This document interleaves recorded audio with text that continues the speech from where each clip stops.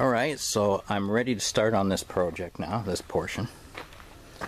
We're going to have a nice cool week, probably a good 4 days, so I should be able to get most of that done. As you can see there, especially around the door, you know, it's right rotted. The sill's rotted right out from underneath it. Now what was originally done was what looks like a 20-foot length. And there's a join there at that joist where that plate is.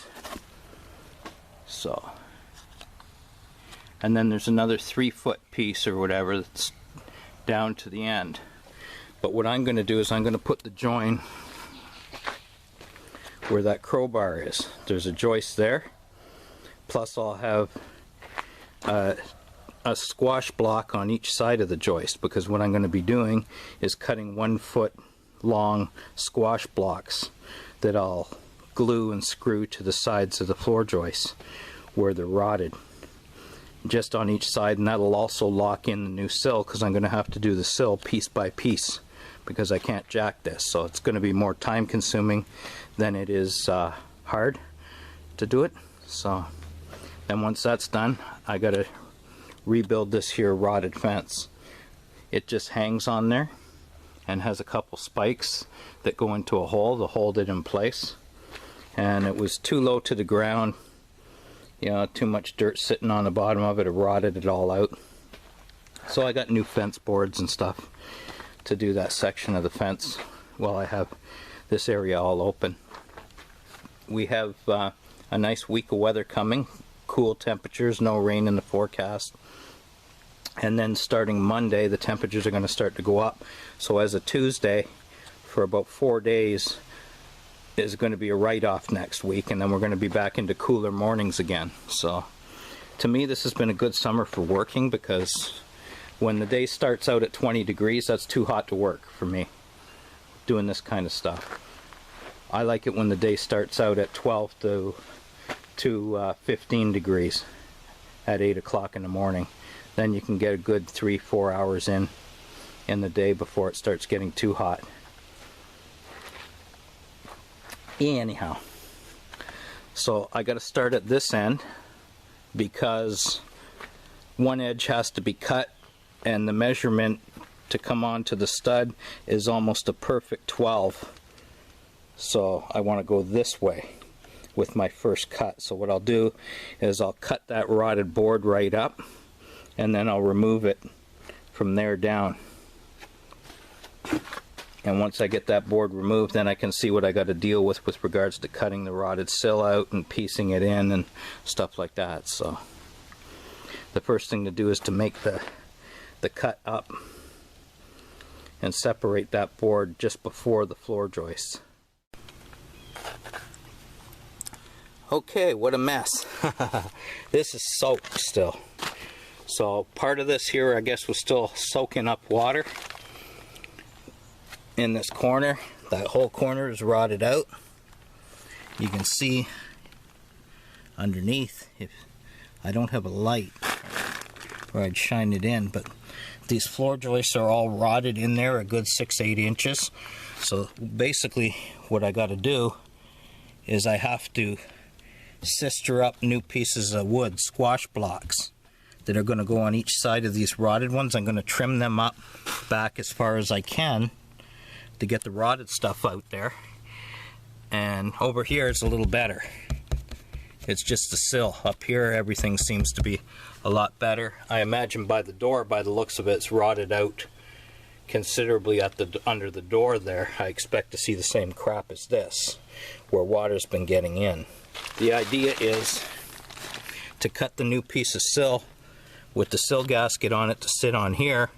It'll go under the one beam to the edge on this side, and then on this side here I'm going to have a squash block right up there locking it in, and then when I cut the next piece of sill going forward, it'll come from here, and there'll be another squash block on this side that'll screw into the sill, and I'll just be working my way along. The problem I have is a lot of the sheeting is rotted too. It's just up in there. and there's not much I can do about that. You know, I might take the siding off and see if there's any way I can cut it out, but I don't at this point want to get into a major thing of tearing the walls off the building and having to resheet part of the flooring, part of the subfloor and everything. That's just too much to get into at this point in time. If I can stop the water, cut out the rotted sheeting where I can, like over the door and stuff like that, I think I'll be okay. Because I don't see any bugs in there at this point in time. It's just all rot, probably because it's been damp. So, one of the things I do have to do is get another hacksaw blade. This one here on this damn thing is getting pretty dull. It ain't cutting, where is it? It's hard looking through that monitor. Yeah, it ain't cutting worth a crap anymore, the nails. So I got to get a couple more of those to do this. I'll pick them up this afternoon, and tomorrow I'll be able to get a good shot at it. Right now I'm going to cut that piece of sill that's going to go in here, and I'm going to put that in and cut a couple squash blocks and see how I can hammer those in and see if it is going to work out okay. Okay, so I got my first piece of sill gasket cut. Because I got to do it in pieces, and because what I ordered before was 6-inch sill gasket, I was able to wrap it up on the sides of a 2x4, but on this I can't. So what I did is I stapled it, and then I put tuck tape over top to prevent any moisture from wicking up.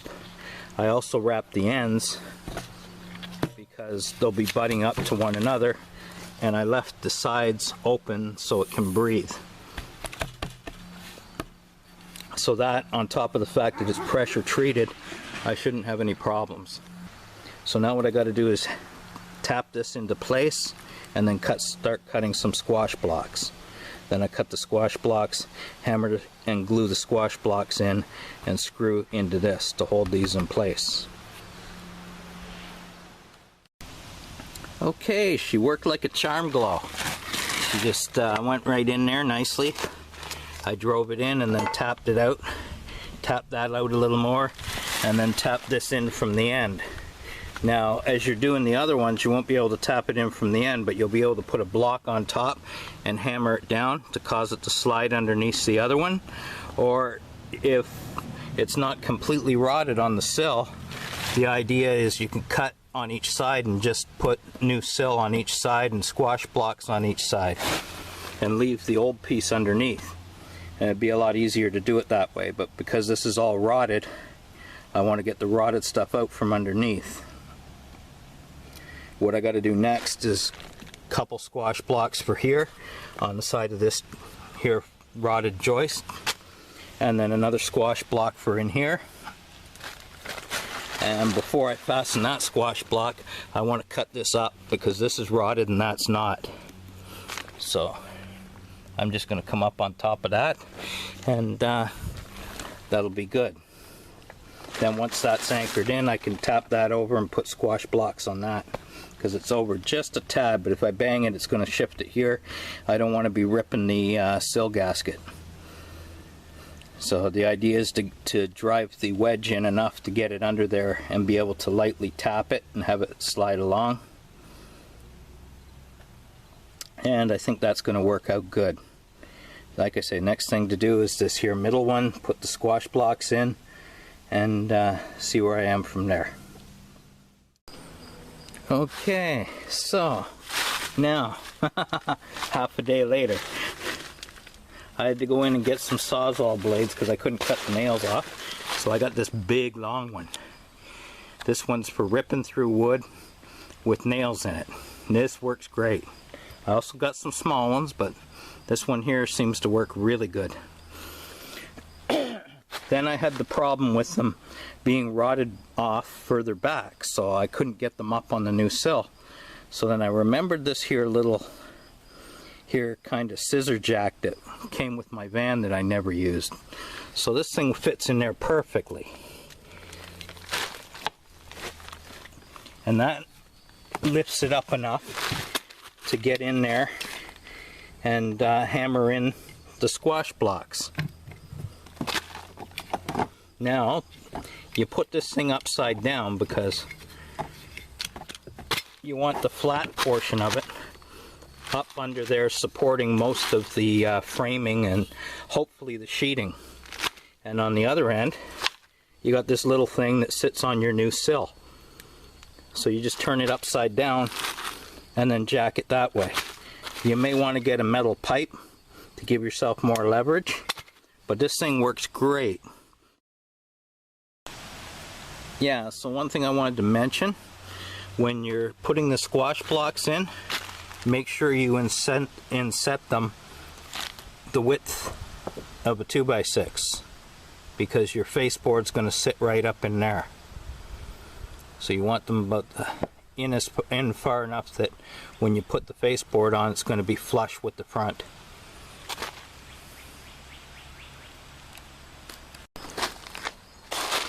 So that's the end squash block put in there. That one's in proper, this other one's on a bit of an angle. There will be a second one on this side of the rotted floor joist that's going to come out the same distance. Now all I'm doing is putting some PL Premium on there, and I'm using 3-inch green deck screws. I find if you use the yellow ones, the brass ones or whatever they are, construction screws, they tend to shear off before the deck screws will. They can't tolerate as much. Ideally you would want to use, you know, 3-inch spikes, but trying to get in there with a hammer to swing that in there, I don't think it's that good. You're not going to be able to get a good swing in there at 16-inch centers on the floor joists. So yeah, I just got to start working my way down there now that I got her figured out how to do it. I'm going to do that portion probably up to the door and then redo the fence so that I can let the dog out in the yard and not have to worry about her wandering away. Okay, so that rotted fence came down. Yesterday I redid this fence and I screwed up when I measured it. The height I measured and somehow it got written down as 3 feet. So I figured I could buy 6-foot boards and get two out of them. So what ended up happening was I got the boards and then I cut half of them, and then I realized it's 41 inches up and down. So I couldn't take them back and I didn't want that much waste, so I decided to go with a vertical horizontal look. So on this side here, I left the gap. What I used to gap it with was a plastic lid off a pop bottle. So that works perfect.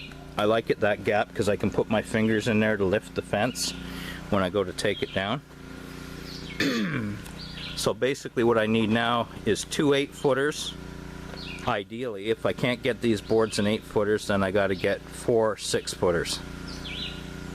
And I'm going to put these ones closer together. They're a little too far apart. I'll put those closer together, and that'll finish the fence off. What I got done here so far, we did that the other day.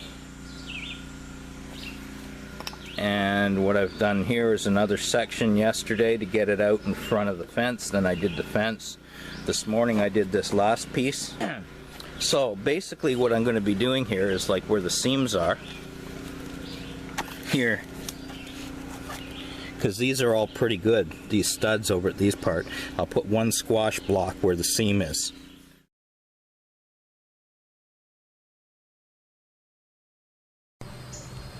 Alright, the baseboard's in.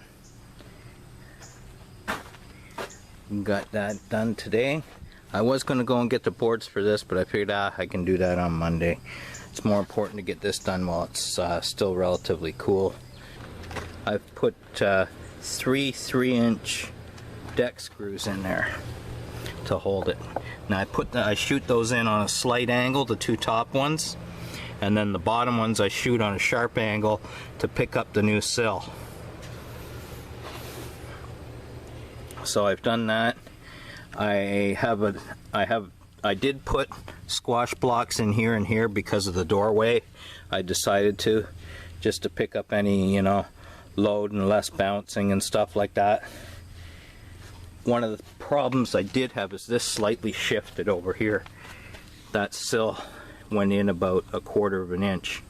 It's okay, it's nothing, it's not going to move or anything, but it's just that when I was pounding everything in, it did shift. And nothing I can do about it. It's locked in, it ain't going nowhere, so it's going to be covered up with house wrap and foam board and stuff anyway, so it won't be seen. These holes are from where I put the jack to pop the faceboard in. Basically, I just put the top of the faceboard in as far as I can get it,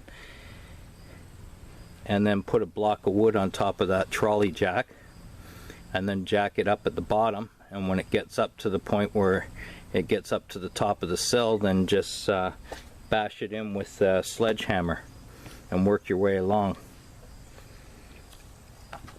So this one here, like I said, not as bad, not as hard as the other thing, having to jack the building all up and everything else, but time consuming because I do have to do it in small pieces and a lot more fidgeting around. Like, there's no way I could do a full run or even a half a run of this, because you have to have the building supported while you're working on it. So basically only 3 floor joists out at a time off the block seems to work good for me. Okay, so one of the problems that I had when I was putting in the small sections of sill was when I was pounding it in, having the block catch the edge of the foam sill gasket and tear it off, and then having to pull it out and redo it again. So what I've come up with here is this look. We have tape on the sides and tape right up the one side, and this will be your front edge. This will be what's going to be showing. So what you do is you flip it down on the bottom side. I find the best way to do it is try to find where the crown is in the middle, and that's the one you want to use for the bottom because there's going to be less friction. What you can do is put your tape, allow a couple inches extra, come up and just go flush with the outside edge of the foam, and do the same thing and wrap it around, and then work your way back towards this edge, and then go right around underneath and up, and then put a second layer right on the corner. And what this is going to do is when you go to pound this in, this stuff is slippery and it'll slide right across the brick as long as there's no sharp pieces of concrete or anything there, and the foam will actually press down underneath it and allow it to slide. So by starting on this side, you're keeping the lap that way so there's nothing to catch, and you can bang it right in with a sledgehammer. You may have to jack it up a bit to get it under the edge of the studs, or I mean under the edge of the floor joists. You know, just push it, make sure it's down pretty good. Once you get it started there, you know, bang it in the middle, bang it in the edge until it slides all the way in, and you can actually reach in and feel where the foam is from the under edge to where the blocks are, and you'll see that it's intact. There's no problems with it like that. And then of course, you know, go along and trim your edge, because you don't want it catch like that, because you don't want it catching water and going in underneath it. So I like to trim it all flush at the end, even though I do have house wrap on there. Should there be moisture or something get in there, I don't want it getting underneath the foam. Okay, so we got this one in place. Everything seems to be pretty good. This one here doesn't need to be jacked up. I can just tap it in. You just hit it with your sledge, moving it in as you go. If you can't get it underneath the floor joist, then what you have to do is take that jack, put it upside down back in there on a piece of the concrete block, far enough back that you're going to be able to pound the edge of this in once it's lifted, and just raise the section of it that's the weight of the walls that are on it. You'll raise it enough and you'll be able to get the edge in and then pound it in, get it started by an inch or so, and then take the jack out and finish tapping it all the way in.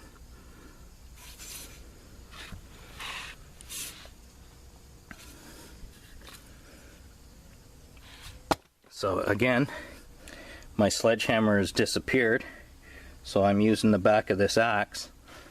So I'm gonna finish tapping it in now. Okay, so it's in.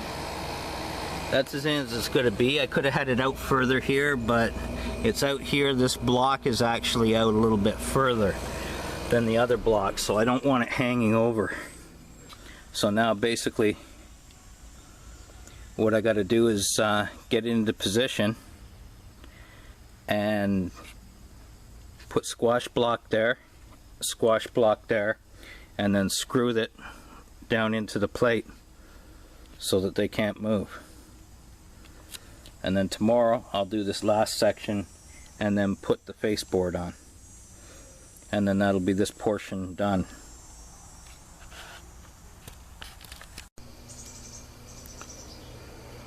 So now we have it all completed.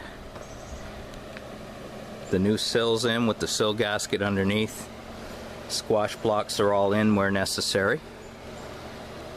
Everything is screwed in. Now it's just a matter of putting the faceboard on, jacking it up in there, and fastening it. I'm going to need to get some more screws this afternoon, but I got enough to get it up there and fasten it secure anyway. Yeah, so I just double checked it. I pulled it out a little bit on the right side, so it is a little bit over here, just a touch, less than a 1/4 inch. Over here it's over less than a 1/4 inch, and that's about what you want. You don't want it under if you can help it, because water lands on there. It could soak in, but because we got the sill gasket, I'm not worried about that now. I'll just trim the sill gasket flush there with an X-Acto knife before I put the house wrap on it anyways. So right now what I'm going to do is just shoot a couple screws into there, and then that's it for today. And then tomorrow I move that one, do the squash blocks, and then put the faceboard on. Okay, back to the building project here. I have the new sill in and the new faceboard in. Now I got the rest of the screws and stuff yesterday, and I have some spikes in there. What I like to use is like 4-inch Ardox galvanized. You want something strong like that, at least 1 if not 2 nails in each of the floor joists if you're not using joist hangers, because the screws, they're good for holding it up while you're working on it and holding it while it's in place, but they don't take any shear at all. If the building was to shift, those are going to snap off and that board will just flop down if you just stick with the screws. So where the screws are great, like I say, for putting it up in place and for working with it, because you can get them out and put them in again if it's not going in right. The rest is going to be digging and stuff. The next thing I'm going to do is put that house wrap on there to protect it. It'll be stapled to it and it'll hang down. Then the next thing is just digging and gravel, whatever I get to don't get to this year, I'll get done in the spring. Right now it's too humid. I got to dig this down basically to where that rock is. That's the bottom of the pad, which is about a 4-inch pad below the block. Today I'm just going to cut the rest of the fence boards for this and get that fence finished. And as you can see, I got most of it done anyways. That's how I'm leaving it for this year. Next year I'll get some flat stock in the brown and put that over top of the styrofoam to protect it from, you know, people kicking it and stuff. Right now I just got this here as a kick plate so it doesn't do anything bad when people try to kick their snowy boots off and start chewing up my foam board. Like I say, I'm not too worried about it. I'm probably going to open this all up next summer and get that rotted sheathing out about 6 inches to a foot back. I'm gonna have to do that, but that's basically it. I got a little more dirt and gravel to throw in there, but that's going to be essentially it for the winter. So that's been this summer-long project, and